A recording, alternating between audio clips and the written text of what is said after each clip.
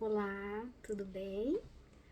Hoje o tema do vídeo é a gratuidade da justiça. Então, este tema é um tema mais próprio para os clientes, propriamente dito, né? Então, se você já é um cliente meu ou se você está, por curiosidade, dando uma pesquisada na internet sobre este tema, gratuidade da justiça, você pode ter vindo parar aqui neste meu vídeo. Então eu já peço para você, se não é inscrito no nosso canal, se inscreva, se gostar do vídeo, clica aqui no joinha, se não gostar, desclica depois, não tem problema nenhum. Bom, eu vou explicar um pouquinho sobre a gratuidade da justiça, o que é, quais são os requisitos, quando que a gente pode pedir, quando que ela é concedida pelo juiz, tá bom? Então vamos lá. Para os meus clientes, em alguns momentos, né, na verdade no momento inicial do processo, eu costumo pedir a gratuidade. Então eu vou explicar um pouquinho para vocês do que é isso. Porque o cliente ele pensa assim: "Poxa, mas eu tô pagando a advogada. E o que é isso de gratuidade e de justiça? Sendo que eu tô pagando particular advogada? Como assim gratuidade de justiça, né? Eu não tô fazendo pela Defensoria Pública?" Vamos lá. Quando a gente entra com um processo na justiça, a gente tem, na verdade, dois principais gastos. Primeiro, se você procura um advogado particular, evidentemente você vai pagar os honorários do advogado, que ele te cobrou, né, o serviço prestado por ele, a mão de obra dele para fazer o processo, para fazer a manutenção deste processo também, para seguir com você com este processo na justiça, até esse processo finalizar. E uma outra coisa que é cobrada também é taxas judiciárias. O que é isso? O governo, o fórum, o Estado, eles cobram também. Então a gente paga pro advogado, que é o serviço dele, ele é um prestador de serviço. Da mesma forma que minha casa está muito suja, eu vou contratar, né, uma moça para fazer uma faxina, eu vou pagar para a faxineira. Mas eu tenho uma moça que trabalha comigo diariamente, ela limpa, né? Mas ainda assim eu vou ter que pagar para a faxineira para fazer uma faxina, porque não tá entre as atribuições dela fazer faxina. Então é mais ou menos isso para vocês entenderem, tá bom? Então você pagou para a advogada, né, para o seu advogado, para ele fazer o processo, mas o Estado, o governo, ele cobra essas taxas, né? Aí você pode estar pensando: caramba, eu vou ter que pagar o advogado, vou ter que pagar também para o governo, para o Estado, para o fórum? Vai. Por quê? Porque essa máquina estatal, né, a justiça, ela funciona e ela tem custos. Então tem um juiz que está ali trabalhando, que ele ganha um salário. Se você é um cliente da família, eu advogo só para a família. Se você está neste vídeo e não é da família, tudo bem, pode ser que não tenha Ministério Público, promotor de justiça no seu caso, mas vai ter um juiz, né? Se você é da família, vai ter um promotor de justiça também. Muitos casos também, da nossa área da família, dependendo da ação, tem algumas perícias. Tem perícia com psicólogo, com assistente social. Muitas das vezes, no início do processo, o juiz ele manda o processo para ser feita uma audiência de tentativa de conciliação. Então isso tem um custo. Depois, algumas das vezes, o processo ele vai para as mãos do juiz, que tenta mais uma vez, às vezes conciliar, e ele faz uma audiência inicial ali, muitas vezes torna-se uma audiência de instrução e julgamento, né? É meio que uma incógnita a justiça. Não tem muito uma fórmula, né, certeira, às vezes as coisas acontecem de uma forma meio imprevista, né? Mas enfim, todos esses atos, eles são cobrados, né? Eles são custosos, geram custo. Por exemplo, o pai vai ser citado que existe uma ação de cobrança de alimentos contra ele. Vai um oficial de justiça dar a este pai o conhecimento dessa ação. Então, esse oficial de justiça ele vai se dirigir até esse pai, é uma diligência, né? Então, isso tem um custo. Então, tudo que é realizado dentro desse processo, ele tem um custo.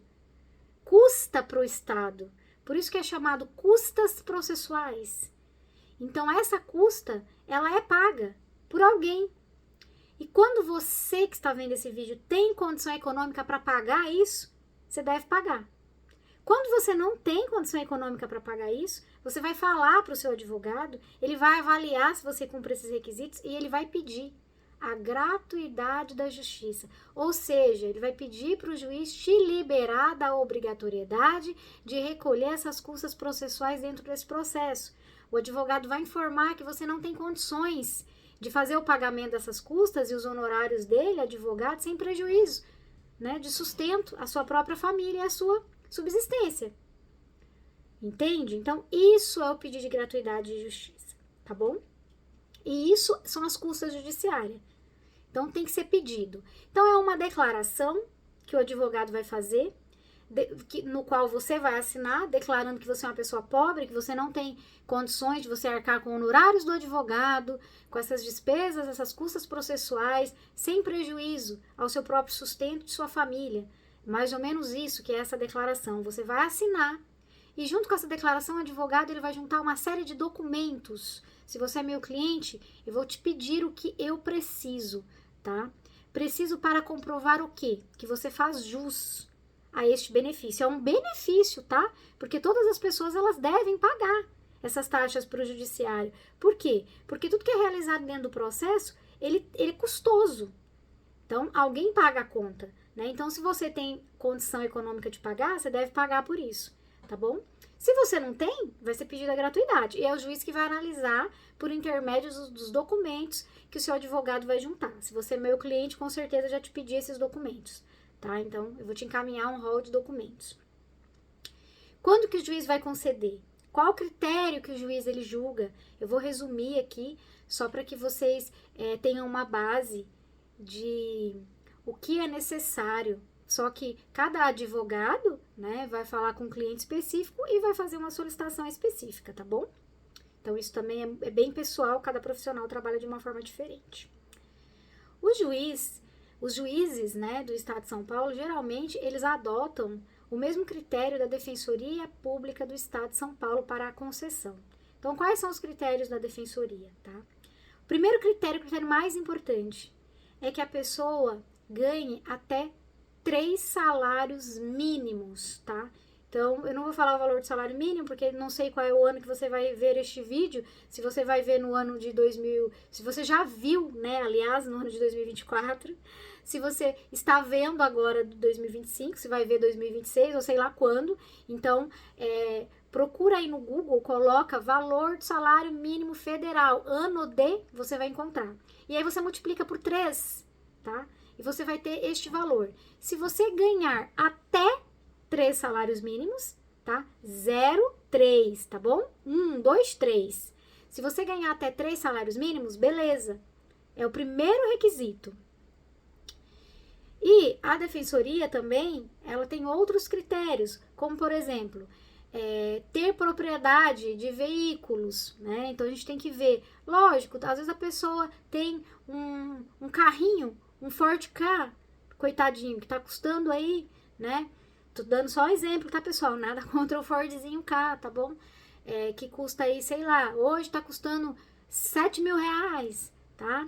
Vai que a pessoa tem um carrinho desse, ou tem uma moto, né? Uma Pop, né? Uma moto baratinha aí, também nada contra a Pop, pessoal.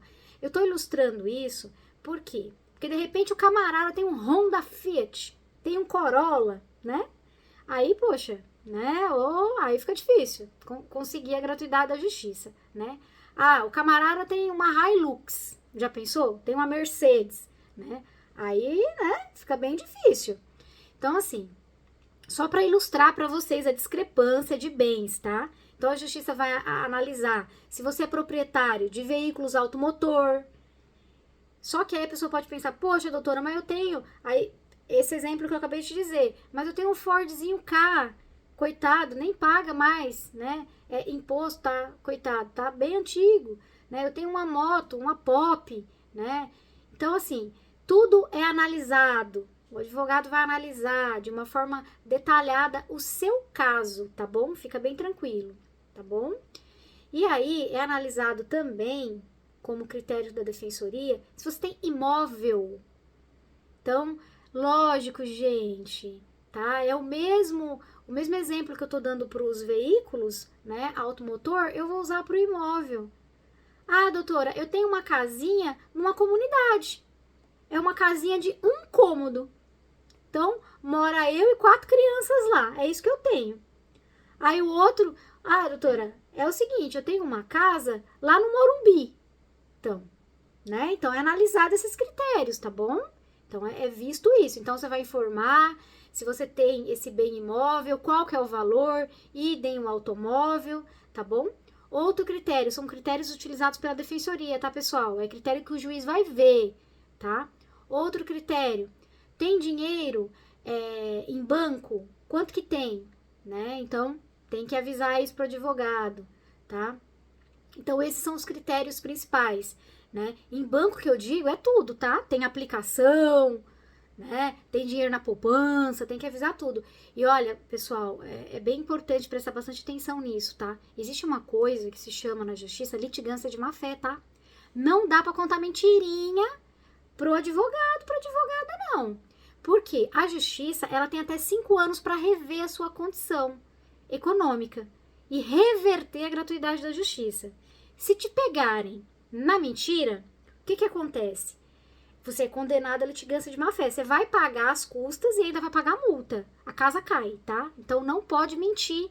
E a justiça tem como ela descobrir isso, tá? Então, se alguma das partes pede quebra de sigilo bancário, por exemplo, a casa cai, tá? Então aí fica esperto, aí não mente, tá bom? É extremamente perigoso, tá? Mentir, sempre falem a verdade pro advogado de vocês, porque depois vocês se dão mal e aí não tem como o advogado fazer nada por vocês, tá bom? Então é isso. Esses são os principais critérios, tá bom? Então, rendimento, 3 salários mínimos, tem carro, moto, casa, bem móvel, bem imóvel, dinheiro em banco. Feito isso, o advogado vai solicitar documentação, porque não basta dizer, né? O juiz, ele não é nosso amigão. Ele não acredita no que a gente diz. Por isso que o advogado é chato pra caramba. Eu, particularmente, sou bem chata, né? Eu peço muito documento pro meu cliente. Às vezes o cliente, ele acha que eu tô querendo sacanear ele, né? Já teve cliente falar assim pra mim: pô, doutora, a senhora tá duvidando da minha palavra? Não, eu não duvido. Mas acontece que o juiz duvida, né? Porque ele tem que ser imparcial. Então, ele tem que duvidar de todo mundo. Quem ganha o processo é quem prova mais. Então, eu preciso comprovar pro juiz. Eu não duvido do meu cliente, mas eu preciso levar provas para o juiz. Então, eu preciso que vocês provem para mim. Então, eu preciso da documentação. Então, eu sou chata, porque eu peço muito documento. E se vocês não trazem para mim estes documentos, o nosso processo, ele não fica redondinho. Ele gera aí, né, para o juiz, uma desconfiança no que nós estamos dizendo. Uma presunção de não verdade. Porque uma vez que você diz e você não comprova, fica essa incerteza. Então, é ruim. E aí, nessa incerteza, o juiz pode não conceder a gratuidade. E aí você vai ter que pagar custas processuais de tudo que for feito dentro do processo. Então, a gente vai distribuir o processo, vai pagar a taxa. Vai ser citado a parte, vai pagar a taxa. Vai fazer audiência, vai pagar a taxa. E por aí vai. Então, é bom providenciar a documentação, fazer tudo redondinho para a gente conseguir essa gratuidade. E aí tem um outro detalhe, tá, pessoal? A gratuidade da justiça, se você faz jus, providencia a documentação pedida para ver se a gente consegue essa gratuidade. Por quê? Porque a gratuidade da justiça é uma coisa muito boa. Porque além de pagar custas processuais, existe algo, depois vocês podem pesquisar no Google aí, chama-se honorários advocatícios de sucumbência. O que é isso? Se a outra parte ganhar a causa, tá? Suponhamos que a advogada de defenda, dê ruim lá no final e a outra parte ganhe. O juiz, ele pode condenar você a pagar honorários advocatícios de sucumbência. Que diabos é isso? É honorários pro advogado da outra parte. O juiz vai dar um percentualzinho. Vou dar um exemplo, 10%, tá? Do valor da causa. Vou te dar um exemplo, vamos supor que isso seja, sei lá, R$1.000, tá? Só para vocês entenderem. Você vai ter que tirar do seu próprio bolso esses R$1.000. E se você tiver a gratuidade da justiça, você não paga, entendeu? Então isso é beleza, é bem bacana a gente conseguir. Então, se o advogado tá pedindo documentação, providencia, tá? É pro seu próprio benefício, não é porque o advogado tá sendo chato, não, tá bom? É pro seu próprio bem, lá na frente você vai agradecer, tá certo? E aí, qualquer dúvida, se vocês tiverem em relação à documentação, eu sempre peço bastante documentos, né? Qualquer dúvida, ou em relação ao seu advogado, conversa com ele, que ele vai te explicar direitinho, tá bom? Mas, a justiça gratuita, ela é isso. É o pedido da isenção do pagamento das taxas para o governo, para o judiciário, e no final do processo, você, se for a parte contrária, né, de repente que perdeu o processo, pode vir a ser condenado a pagar, né, esses honorários advocatícios de sucumbência para o outro advogado, só se você perder, tá bom? Só se você perder, aí sim. E se você não tiver a gratuidade da justiça, você pode sofrer, infelizmente, aí, este pagamento. Com a gratuidade da justiça não paga. Lembrando que mentiu pro advogado, a casa caiu e pode pagar multa e ser condenado por litigância de má fé, tá bom? Então não é bacaninha contar mentirinha não, tá? Fica a dica. É isso aí, pessoal. Até mais, até o próximo vídeo. Espero que tenha sido um pouquinho esclarecedor, porque é meio complicado mesmo, né? Essas coisas de justiça. Qualquer coisa, estou aqui. Beijo no coração de vocês. Fiquem com Deus. Até o próximo vídeo.